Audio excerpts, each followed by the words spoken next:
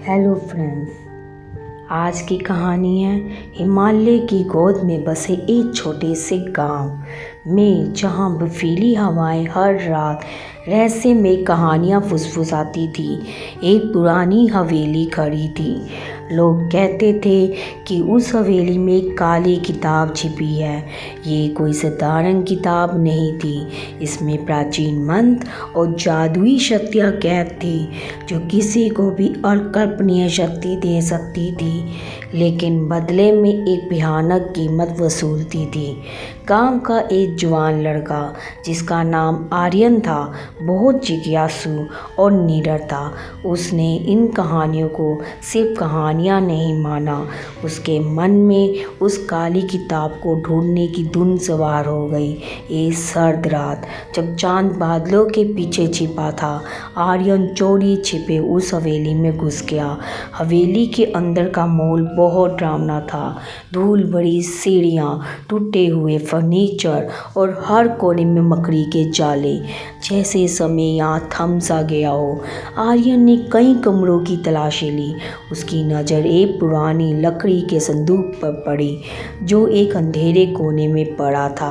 जैसे ही उसने संदूक खोला, उसमें से एक अजीब सी रोशनी निकली और एक तेज हवा का झोंका आया। संदूक के अंदर एक मोटी चमड़े की जिल्द वाली किताब रखी थी, जिस पर अजीबोगरीब प्रतीक खुदे हुए थे। यही थी वो काली किताब। आर्यन ने कांपते हाथों से किताब उठाई। जैसे ही उसने उसका पहला पन्ना पलटा, एक ठंडी सांस उसके गले से होती हुई रीढ़ तक उतर गई। किताब में लिखे मंत्र उसे अपनी ओर खींच रहे थे। वह जैसे जैसे पन्ने पलटता गया, उसे लगा कि उसकी आत्मा किताब के साथ जुड़ती जा रही है।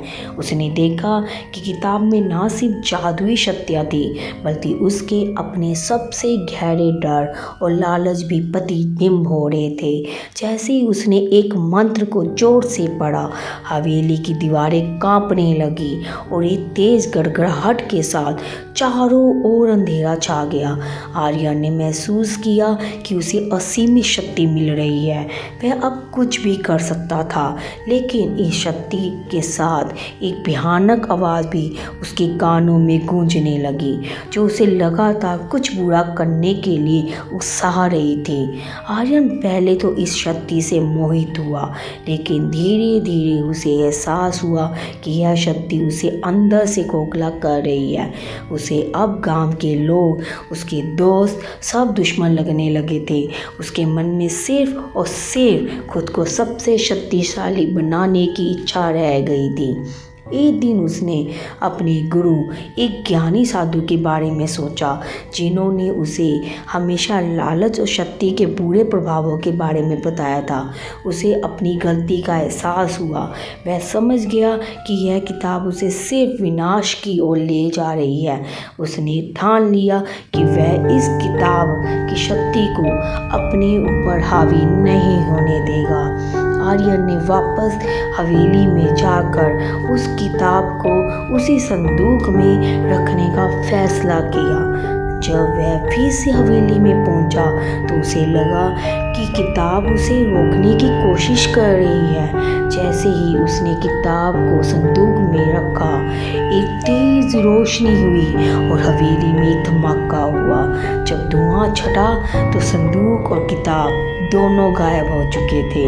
आर्यन समझ गया कि किताब की शक्ति को अब कोई इस्तेमाल नहीं कर पाएगा। आर्यन ने उस दिन के बाद एक शांत और विनम्र जीवन जिया। उसने लोगों को समझाया कि कैसे शक्ति का लालच इंसान को बर्बाद कर सकता है।